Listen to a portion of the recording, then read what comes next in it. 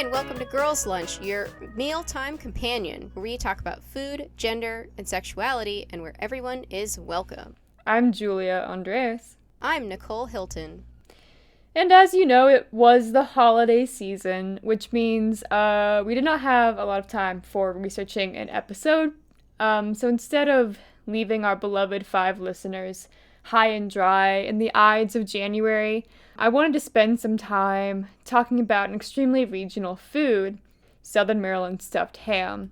This was supposed to be a mini-sode, but I'm telling you right now, it's probably going to be like a full-length episode. This is constantly our problem of like, no, I think it'll be a normal episode, a short episode. Or like, no, like I did with Fred Harvey, where it's like, I could definitely keep this to 1, and I should have just split it into 2. I know. I have too many things to say. There's always just like, you keep digging, you keep finding more, and then like you keep digging, and then you're like, well, this is gonna be 4 hours if I don't stop, so. Yep. But anyway, Nicole, would you consider yourself to be of Southern Maryland? I would indeed. Actually, if you go to my website, NicoleHilton.com, or anywhere else, I have in my official like little bio that I put everywhere. So like as a writer, you know how like you'll read a nice article and then at the bottom it says like, Jane Smith is a blah blah blah from blah blah blah, New York City. She's big and important. Mm-hmm. So my writer bio does say like that I'm from Southern Maryland. So yes. What county did you grow up in? Okay, so I grew up in Anne Arundel County, which I do believe is not technically considered Southern Maryland. However, I am about a 15-minute drive from Calvert County, which is considered Southern Maryland. Like, I am very close to the bottom of Anne Arundel County. I do actually think I was looking on Wikipedia once, and the particular like region of the county that I grew up in is considered part of Southern Maryland, and I felt so validated by that. I promise I didn't edit Wikipedia to put that in there myself, although I could have, I guess. No, I think that's about right. According to Julia King, who we'll talk about a little bit later, Southern Maryland is like typically anything south of DC, like specifically Calvert, Charles, and St. Mary's counties. But it also includes like a slice of Anne Arundel and like a slice of PG as well. Oh, okay. I didn't know that part of PG County was in there, but that's cool. I didn't either. I was just like, For people who don't live in Maryland, they're just like, what? Yeah. I was going to say, I think already like this is going to be a hyper regionally specific episode, but maybe if you happen to be from somewhere else, this will be some cool hyper specific local history for you. Julia, do you consider yourself to be part of Southern Maryland? Absolutely not. I am not a Marylander born, but definitely a Marylander raised. My parents moved to the Silver Spring area when I was around 6, maybe a little bit younger. So from 6 to like until I moved to Montana, I lived in Maryland. And if you do the map, that's like over 20 years. For most of my time, that was in Silver Spring, that was going to school in DC, that was working in DC. But you did go to college in Southern Maryland. Yeah, but I did go to college in Southern Maryland, and so that's where like my exposure to Southern Maryland happened. Because if not for going to school in St. Mary's, I probably never would have set foot in that part of the state. And as we'll get into, it's kind of like Harvey Dent. Maryland is of 2 sides of a coin. It's very interesting. It has been described before, our beloved state, as America in miniature, so there's that as well. When did you become aware? I suddenly feel like I'm the host now. I'm the host now. No. When did you become aware of stuffed ham, Julia? Only like 2 or 3 years ago, when my parents had one of their neighbors. They live in like Lesby, Maryland, which is in Calvert County, which is in Southern Maryland. They had one of their neighbors had it for like a potluck or some sort of like community dinner. And my parents tried it there. They are not fans. They were like, it's fine. It's not very good. But like my mom was raised on like Southern North Carolina ham. And my dad is just not really a ham guy. So I think they were just biased against it. Tell me about your feelings about stuffed ham. Yeah, so I have actually very little exposure to stuffed ham. I mostly became aware of it in college. I think my most salient memory of stuffed ham was when I worked in our college admissions office, which I did for most of the time while I was in college, my boss that worked there, I think this was around holiday time, had a stuffed ham, I think leftover from an event or something that was in the communal fridge. And it just stank up the whole office. Ooh. Like, I don't have any other way to say it. I remember the smell specifically of, like, the greens, you know, like the collard greens and stuff like that that's in the middle being very strong. And I think even if I could eat ham, I don't think stuffed ham would be my cup of tea, because I don't really care for dark leafy greens, even though I know they're good for me. We should really have an episode that we talk about something we both actually like to eat. We really do need, like, an episode of, like, no, actually, I do like this food, I promise. I do actually like, because I've never had stuffed ham.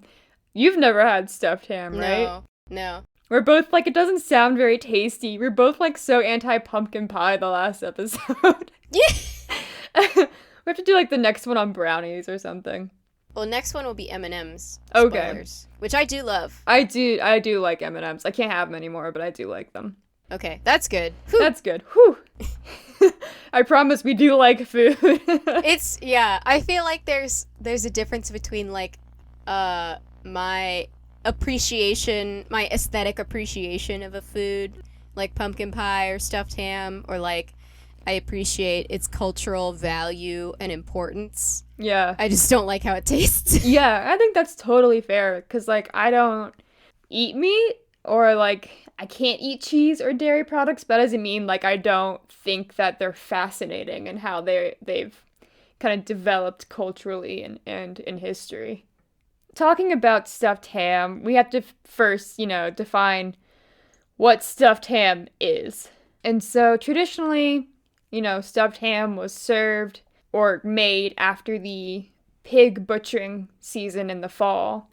And the ham would then be made for holidays like Thanksgiving, Christmas, and Easter.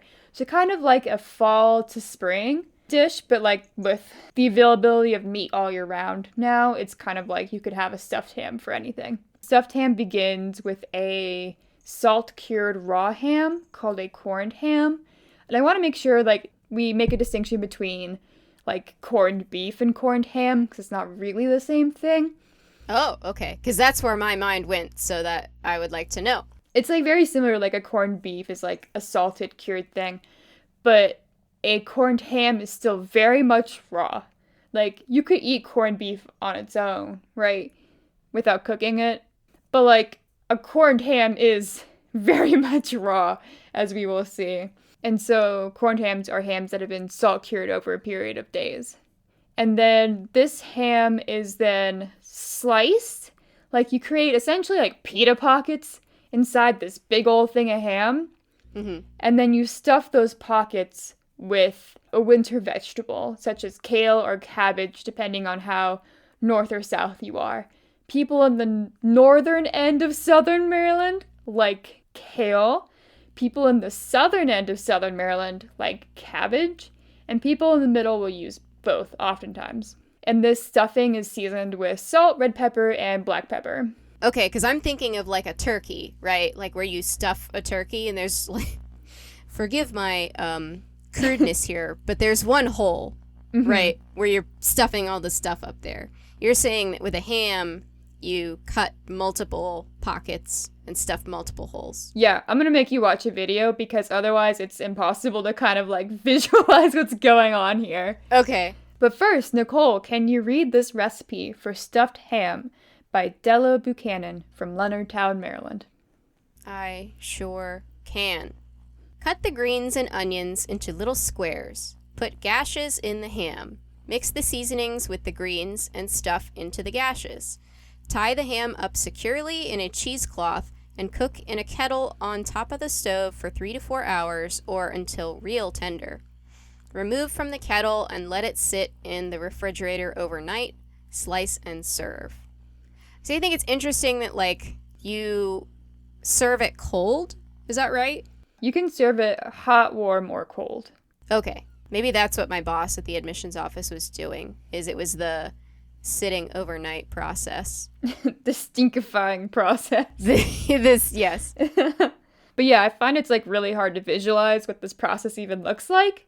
So I'm gonna have you watch Eatin' the Chesapeake Southern Maryland Stuffed Ham, a little like news clip video by the Chesapeake Bay magazine. And there is the Vimeo link. I'm so excited. People at home, we will post a link.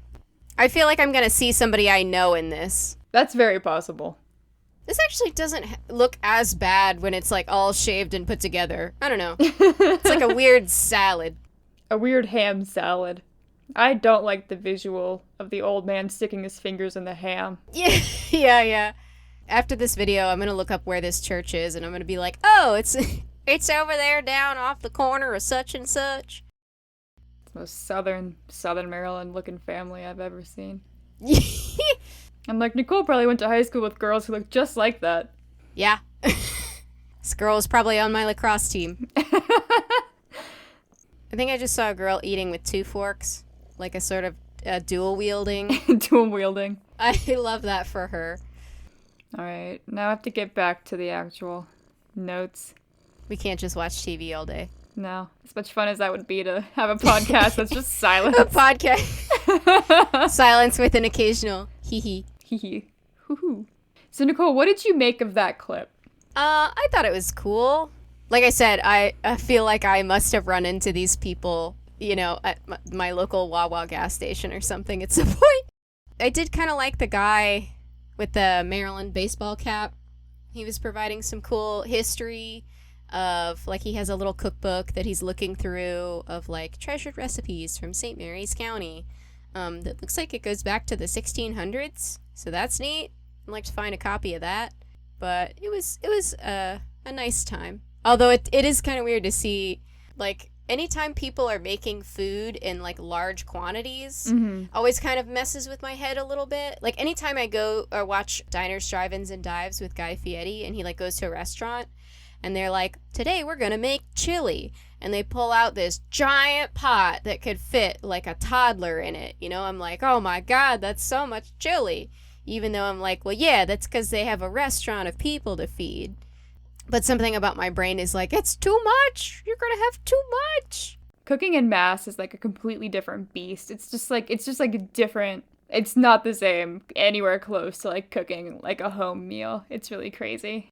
That's just what I was thinking as I was watching. I think it's like 4 guys who are spreading out all the kale and cabbage and seasoning it. And they're just like tossing it over with their hand. They're really getting in there. They're wearing gloves, but they're getting in there. I mean, they definitely had like, they were up to their elbows in shredded greens. I hope they were sterile. Don't touch me, I'm sterile. Yeah, I just wanted to point out in that clip kind of how, like, in the video, the Maryland hat guy talks about how ambiguous the origin of stuffed ham is, and that there's like, well, there's not really any way of knowing. And I find it fascinating how a lot of the stuff I've looked at, like local reporting, kind of has the same take. People are like, well, some say it's this and some say it's that, but there's absolutely no way of knowing. And I'm like, in a sense, yes, but you're not even being curious. There's just like no curiosity to like how stuffed ham came about. That's what we're going to get into now, is kind of like the origin of stuffed ham and why it's so incredibly regional. But before we even do that, we kind of have to understand why Southern Maryland is like the way that it is. For those who did not grow up in Maryland, there is like a tangible distinction, I feel, between like Southern Maryland and the rest of the state. It has its own culture for sure. In the sense, I think I have felt the reverse of like growing up in Southern Maryland and then going to other parts of the state. I'm like, what? Yeah, absolutely. It's like you make a left turn on the Route 2 and you feel like you just went from like New England to Georgia or Alabama sometimes. It's just like you entered like a completely different state. Like the people, the politics, and like economics and the culture, it's pretty much like, especially for me, in a stark contrast to where I grew up, right outside of DC. And this like weird dichotomy of Maryland is really well explored in Julia King's book, Archaeology, Narrative, and the Politics of the Past, The View from Southern Maryland. And so a little history. I know I have to do like history over history over history over history, but much like a good stuffed ham, it is layers. There's many layers. But Julia King moved to Southern Maryland in 1983 to do archaeology at what is now the historic St. Mary's City Commission, and then the Jefferson Patterson Park and Museum, which I've been to. It's very nice. It's very fun. She was also an archaeology professor at SMCM, St. Mary's College of Maryland. I don't think she's there anymore. I'm not sure she's actively teaching, but she's definitely involved in the area in a lot of, like, projects. Yeah, she's around. And then in her words, she went native and married a local boy, bought a house, and became involved in the County Planning Commission. For those of you who don't know, county planning commissions are groups that advise local elected officials about land use and community planning. All in all, she kind of had, like, hands in both Maryland's past through archaeology and its future through, like, its planning commission. And so she can see, like, where Maryland kind of, like, started out and where, like, it's going culturally. She's very in the know. She's got her feet on the ground, her finger to the pulse, whatever part of your body on another part of something. Elbow on the trachea. Yeah. Yep. So as you know, like, and I know, Southern Maryland has been a colonial site since the early 1600s. In those early years, it was mainly a tobacco farming area. This was, like, all well and good during America's, like, agricultural era, but Southern Maryland remained, as Julia King describes, a colonized area as the rest of the state started moving towards industrialization. After the War of 1812, northern Maryland areas like Baltimore experienced an increase of population, manufacturing, and improved communication methods, which gave the economy of the area, like, an incredible boost. And so essentially, like, the Industrial Revolution hit northern Maryland. But it didn't really hit Southern Maryland. Why? Why? Because under English rule, like, Southern Maryland exported tobacco and imported everything else from England, like, you know, as a colonized state. After American independence, Southern Maryland was still kind of like a colonized state. It still, like, exported tobacco and imported everything else, but instead of from England, it was from Baltimore. So, as Julia King says, Southern Maryland farmers shipped their tobacco and grain directly to Baltimore with minimal processing and purchased the majority of their domestic and agricultural products from Baltimore mills, factories, and stores. And so, weighed down by the time and labor sink that is tobacco farming, the region never really was able to establish itself out of agriculture. And its population only rose by 2% between 1790 and 1850 versus western and northern Maryland, which had a growth of about 200% or more. So it was a small population that remained small. Which is funny because now we're seeing the inverse. As someone who is trying to buy a house in this godforsaken state. Again, this is maybe anecdotal. I don't know how much is, like, directly supported by evidence, but it does seem like the most affordable part of the state is Southern Maryland because it's, like, less densely populated than other parts of the state, which are more expensive. But I do feel like there is a significant population of people who are moving from other parts of the state to Southern Maryland for that reason, because it is more affordable. Yeah, Julia King actually talks about how, like, the addition of the Navy base in Southern Maryland kind of, like, sparked a recolonization of the area. You have all these other, like, I mean, she uses, like, immigrants in, like, the sense to, like, describe all these other people moving into the area and how, like, that's changed the landscape drastically.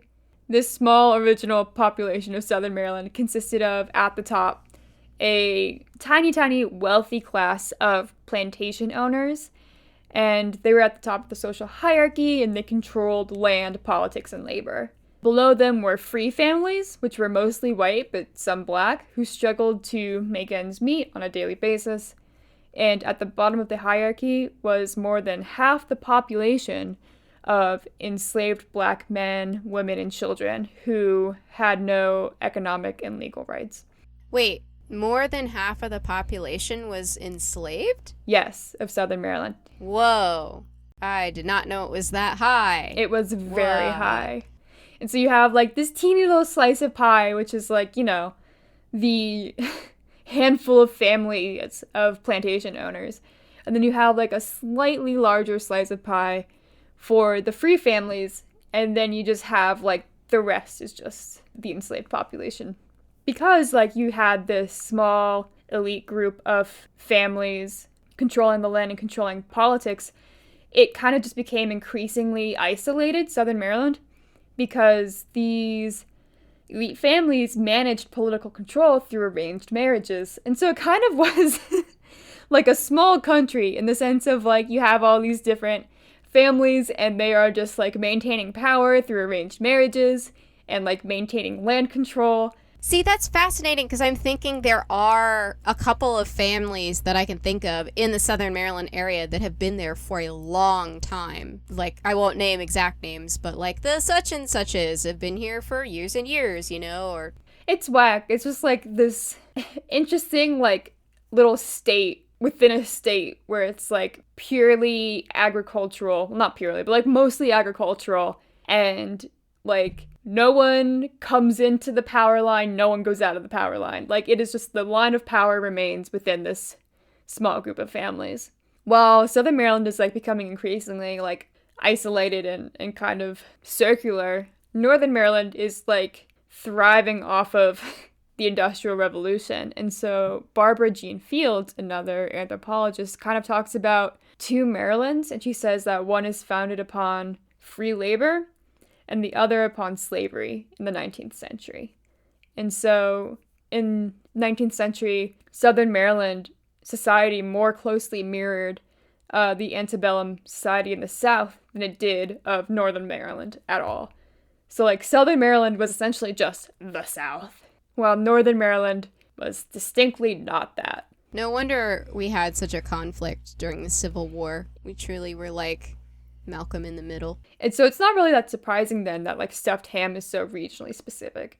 Because, like, if you don't grow up, even if you do grow up in, like, Southern Maryland, if you grew up in Maryland but, like, not in Southern Maryland, you don't really know about stuffed ham. Right. Yes. And anyone outside of Maryland definitely doesn't. Oh, no, actually, there's one tiny part of Kentucky. Oh my gosh. That has stuffed ham. Oh, did you not come across this? I don't think I did. Yeah, so there's one very small part of, I believe it's Kentucky, that also has stuffed ham. And it's because there was a large enough group of people from Southern Maryland who moved to Kentucky and brought the tradition of stuffed ham with them. Incredible. And that's why, which is so fascinating, and I guess just speaks to the, like, legacy of this dish. Yeah, that's wild. So yeah, it's not surprising then that, like, stuffed ham is so niche. But before we get out of the history of Southern Maryland and back to the history of stuffed ham, Nicole, do you have a food fact of the day?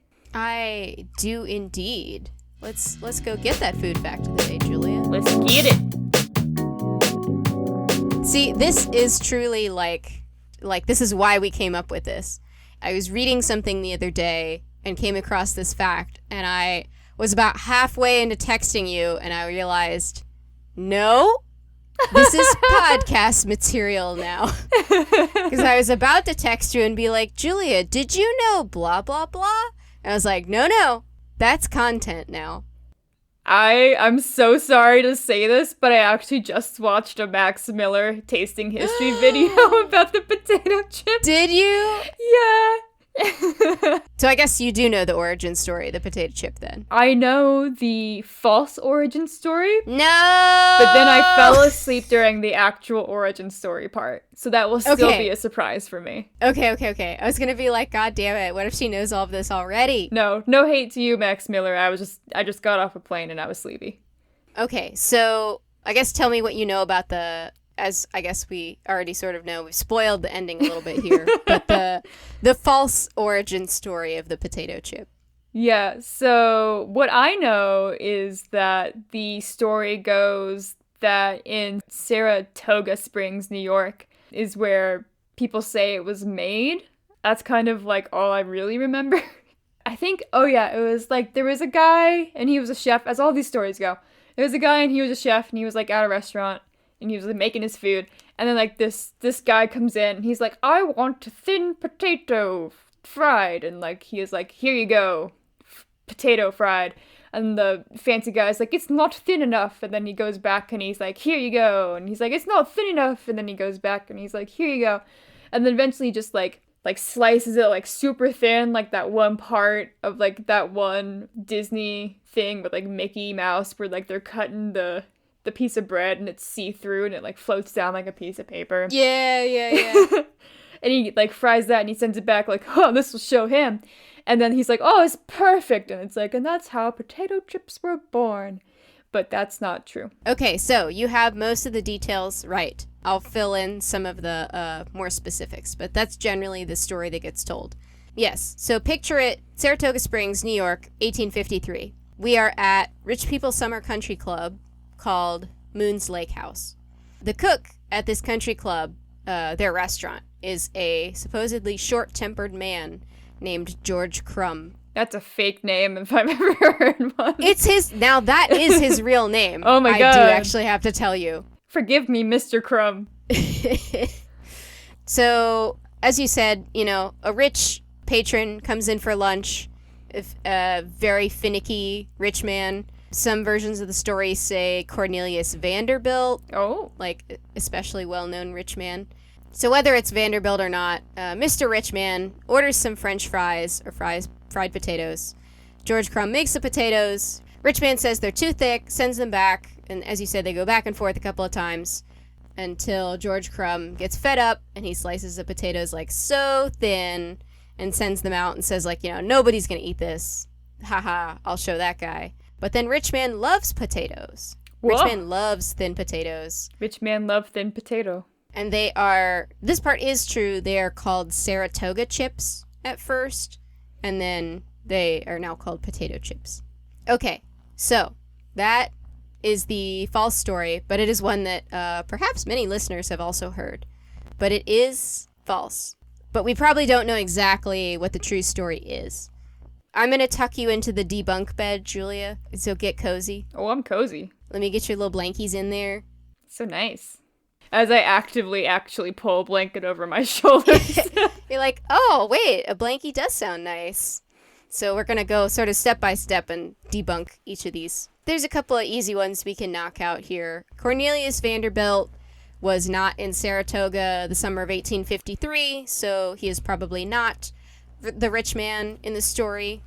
I read some, articles about it's basically like local gossip or local, when rich upper middle class people, especially in HOAs, but that just don't have anything else to do, get into tit for tat with other upper middle class people who don't have anything else to do. Yes. I read some stories about that as some descendant of Cornelius Vanderbilt sort of offering this story of it was actually my great great grandfather who was the guy, and some local historian was like, that I don't think that's right, and then she was like, oh, you're calling me a liar, and just the drama, the intrigue. Probably not Cornelius Vanderbilt. Probably people put him in here because he was a frequent patron at this Moon's Lake House, and he did visit Saratoga pretty often, just not at this time. The Moons did not purchase the lake house until at least the year after, in 1854, so we know that part is probably not true either. There is a newspaper article from 1849, so several years before the supposed invention of the potato chip. This newspaper article talks about fried potato chips and attributes them to some woman named Eliza, so we can safely assume that the potato chip probably existed before this point. One part that you probably did not get into, Julia, is all of the principal characters in this story. So we do have George Crumb. He has a sister named Catherine. He has a sister named Mary. And she has a husband named Peter Francis, all of whom have some kind of claim at the credit for inventing the potato chip. So we'll work backwards. So Peter Francis was a member of the St. Regis Mohawk tribe, so he was indigenous. Actually, I think almost everybody in this story is indigenous, at least partly, so that's kind of cool. So Peter Francis was trained as a cook and worked at this very fancy hotel called San Sushi Hotel in New York. It's said that he often collaborated with his brother and sister-in-law in cooking, so maybe, the potato chip originated here. That's definitely a possibility. Then we have Catherine, sometimes spelled with a C, sometimes spelled with a K. It was also called Aunt Katie. It's incredibly confusing. This woman has like 4 names. She and her brother George were mixed race, so they're supposedly of German, Spanish, African American, and Stockbridge Mohican Native American descent. Julia, this will be fun to you. So she has a separate story associated with her about the potato chip's origin. So supposedly, when she was making crullers or donuts, she dropped a potato into hot fat, and she and George tasted it, and they're like, this is pretty good, and they sold it. Do you use potatoes when you make crullers? You do. You can. There are definitely, like, donuts that have, like, potato flour in them for, like, extra softness. So I can see, like, why a potato would be around.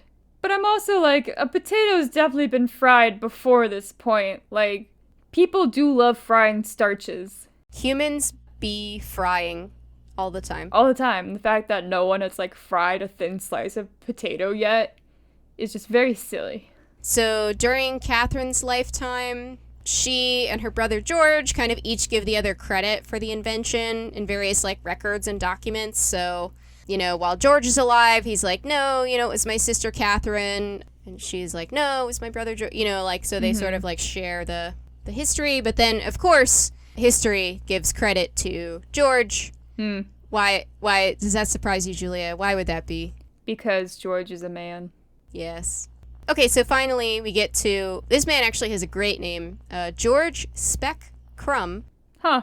People often called him Crumb, which he said he was fine with because a crumb is larger than a speck. Which is just... Sure, man. Okay. He's just having fun with it. So he was trained as a cook and a wilderness guide. Oh. Hence why I guess he was handy to have around at this, like, lake house. He eventually runs his own restaurant where many famous people come, and he cooks for them. So President Cleveland, President Chester A. Arthur, and this may be the connection, Cornelius Vanderbilt. So there is some connection between, like, Cornelius Vanderbilt did come to George Crumb's restaurant at one point, but was he, like, supposedly very fussy about the thickness of his potatoes at Moon's Lake House in 1853? No, probably not. I think this is probably one of those stories where, like, there are a lot of bits of it that are sort of true, mostly true, and they just, sort of get squished together into, like, one story. I think the other reason that this myth, I would call it a myth, this feels like an American myth to me, of our legend, the potato chip. I think one reason this myth is so prevalent, or, like, so many people know it, is because of advertising, which is true with so many American myths and stories, right? Yep. That's why Americans do anything, is because once they were advertised, and it just stuck. Yep. At least, like, I think that's why this particular version of the story has such staying power, is because the Snack Food Trade Association, like, popularized it in the, like, mid-century, mid-20th century, because they, thought it would be a good story, and good stories make for good sales. How true it was, they probably are not so much interested in that, but, like, if it gets people to buy potato chip, then that's good for them. So good stories make good sales. I feel like that may be, you've heard of E pluribus unum. Now get ready for our real national motto, which is good stories make for good sales. That's true. That's so incredibly accurate. And it's interesting because in this little food fact of the day, there are some similar themes to how we get the history of stuffed ham. Oh, well, I would like to hear how they are similar. All right, let's get to it. It's not really, like, wiggy, because I didn't expect this episode to be this long. That's fine. We've already talked about the erasure of women from history, so we can check that box off. We talk about that every episode. But it does get into racial history. So, as always, sociological implications. So how did we get stuffed ham? We have the history of Southern Maryland, a very isolated area, heavy in agriculture, and very, like, close community.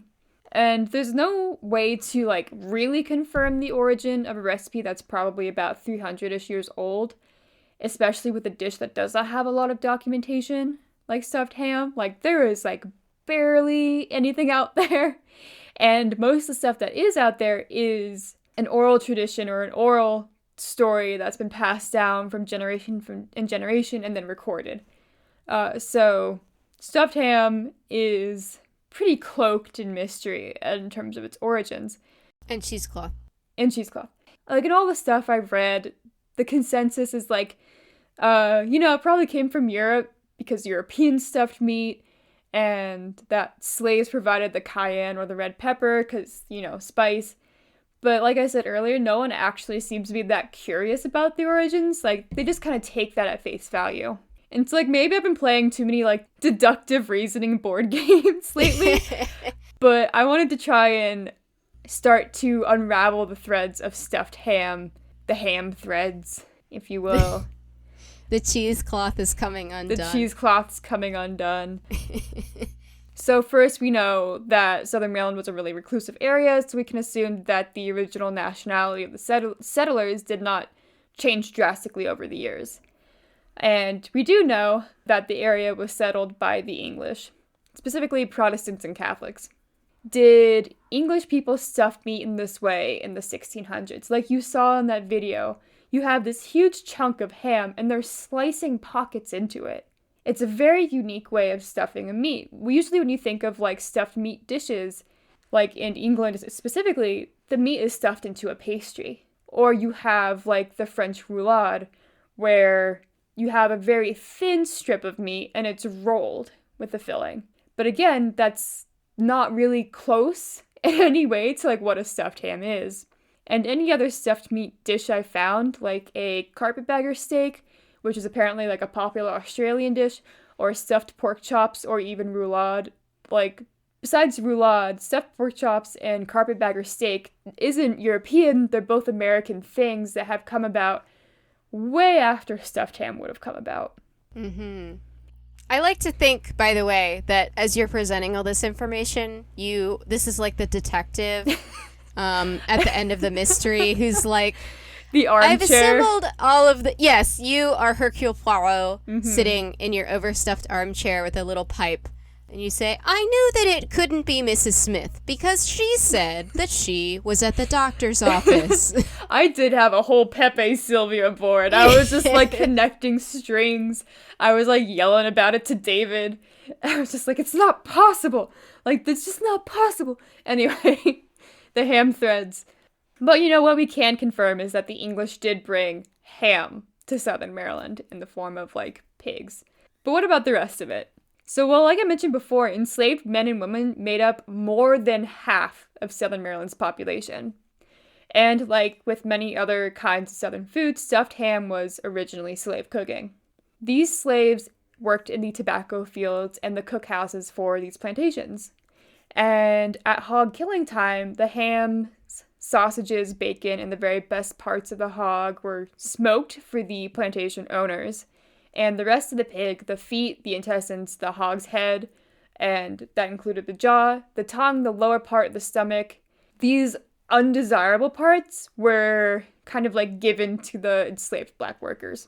I believe that kale was also considered to be like a kind of like poor person food or like not a desirable food. Before kale was the like trendy superfood that it is now. I mean, because kale is bitter, right? Like, yeah, like cabbage, kale, and other like hearty greens were very much like sustenance for people who didn't have much. Yeah, because it's filler. Yeah, right? It's filler. Yeah. It's not delicate. It's not tasty. It's definitely not something I feel like the plantation owners would lean towards. Like, they probably have better greens, tastier greens. But as you will read in this coming excerpt, it is what the enslaved people had. So, Nicole, can you read this paragraph from 300 Years of Black Cooking in St. Mary's County, Maryland, written by the St. Mary's County Community Affairs Committee in 1983. I can indeed. The lower jaw, called the jowl, was smoked along with Massa's hams and bacon. Holidays were days when the jowls were taken out of the smokehouse and distributed to the slaves. Some slaves were allowed to tend small vegetable gardens from which they took such vegetables as greens, kale, cabbage, greasy greens, wild watercress, turnip tops, or any green that was plentiful. The greens were chopped and stuffed into pockets in the jowl or jawbones. This was tied up in a rag and boiled until it was tender. When cooled, this made a very tasty meal, and by, Massa and Mrs. had occasion to taste stuffed jowl. They decided if jowl could taste so good, hams would taste even better. So they experimented with their smoked hams, and thus we have today's Southern Maryland stuffed ham. So, like you read in that little excerpt, the jowl was originally what was stuffed. And when I was talking to David about this episode with my Pepe Sylvia board in the background, he was like, well, I don't understand why they would boil a ham. And when I told him, like, oh, it was originally the jowl, it made a lot more sense because it's a tougher piece of meat. It is not like, it would take longer to make tender, you know, that's why you have to boil it. And so, like, it's easy to see how that was the method of cooking originally, was like you had to boil this tough piece of meat. And then when they started using the better cuts, they still kept that cooking method. So like we mentioned earlier, you have like the scrounged greens, the kale, the turnip tops, the cabbage, whatever you could get, stuffed into parts of the pig that were not as desirable until someone realized they tasted pretty good and wanted to use better cuts of meat for it. And so that's how you probably get stuffed ham. It's all coming together. The ham threads. The ham threads. They're connecting. We know about this history of stuffed ham through, like I mentioned before, oral history. For poor, mostly illiterate Black communities in Southern Maryland, oral history was the way people carried on knowledge of their past. St. Mary's College of Maryland has these Slackwater archives, which have recorded oral history interviews with locals to St. Mary's, like Teresa Young, who talks about the life of her enslaved grandmother living on the Blackstone plantation and making stuffed ham. It's shameless plug. I had the opportunity to work on the Slackwater, to contribute to the Slackwater project, I guess, when I went to St. Mary's, and it is so cool. If you are enjoying like any of this local history, I would highly recommend you check out Slackwater for lots of different facets of Southern Maryland history. Yeah. And there's an issue that they did on food, which is where Julia found some of this info about stuffed ham. And I contributed to that one too. Not about stuffed ham, though. Yeah. Nicole has some pretty great stuff in there. Highly recommend. But today, stuffed ham is a very beloved delicacy among locals, but not us. Yeah. Although people rarely make their own stuffed ham anymore, small local grocery stores like Chaptico Market sell stuffed ham come the holiday season. Well, Chaptico Market really just sells it year-round, but... And for that real specific niche of Southern Maryland that loves stuffed ham, they will turn it into almost anything you can imagine. Like, Chaptico Market has stuffed ham sandwiches, they have stuffed ham egg rolls, other places even have, like, stuffed ham pizza or oysters. What? And it's kind of like the Philly cheesesteak of the area in its stardom. What do they even do with the oysters? I think if you've ever had, like, a stuffed clam, you have, like, chopped up breadcrumbs or, like, pieces of meat, and it's, like, mixed with cheese and then, like, put on top and, like, baked. That's what I imagine. But, like, stuffed ham is so beloved that during my Pepe Sylvia deep dive, I found forums from, like, 2009 discussing how to ship stuffed ham to locals who have moved out of state, even as far as, like, Maine or California. And people are talking about how, like, it's gonna cost you, like, $300 just to ship the ham. And I'm like, boy, 2009's a different time. Yeah!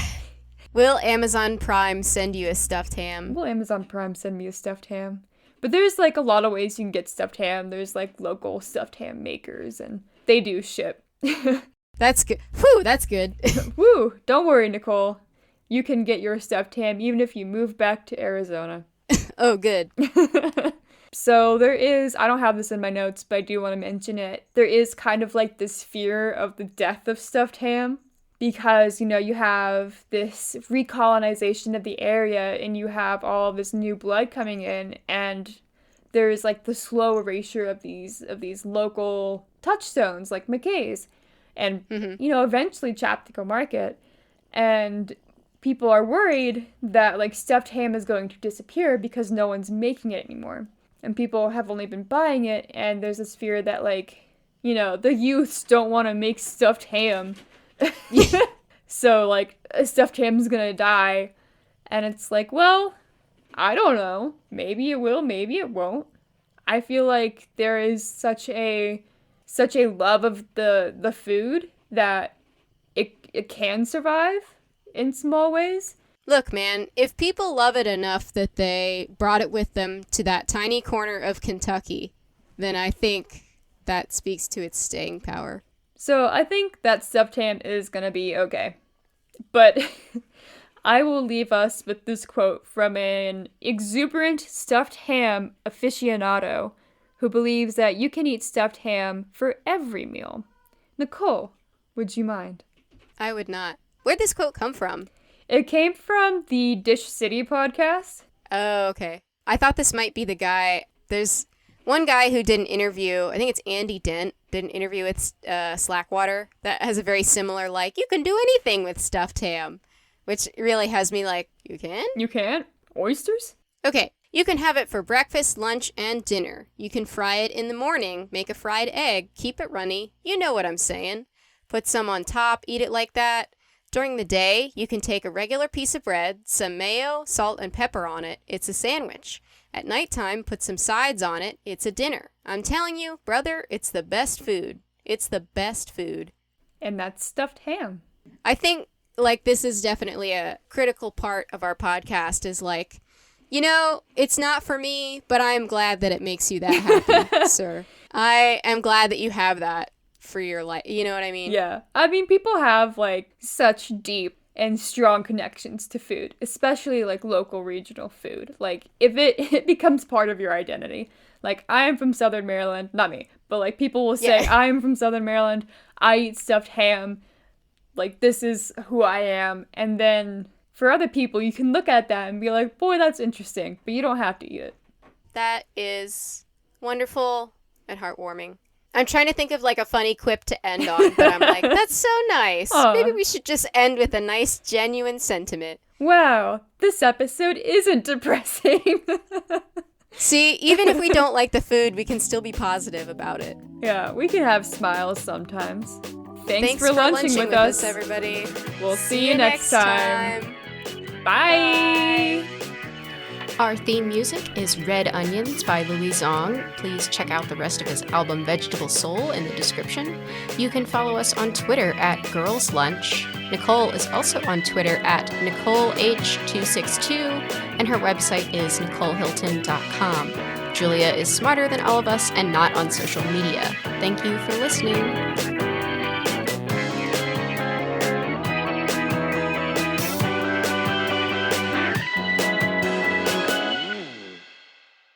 A county plan commission, for those who don't know, are like groups that advise local elected officials about land use and community planning. Can I help you, sir?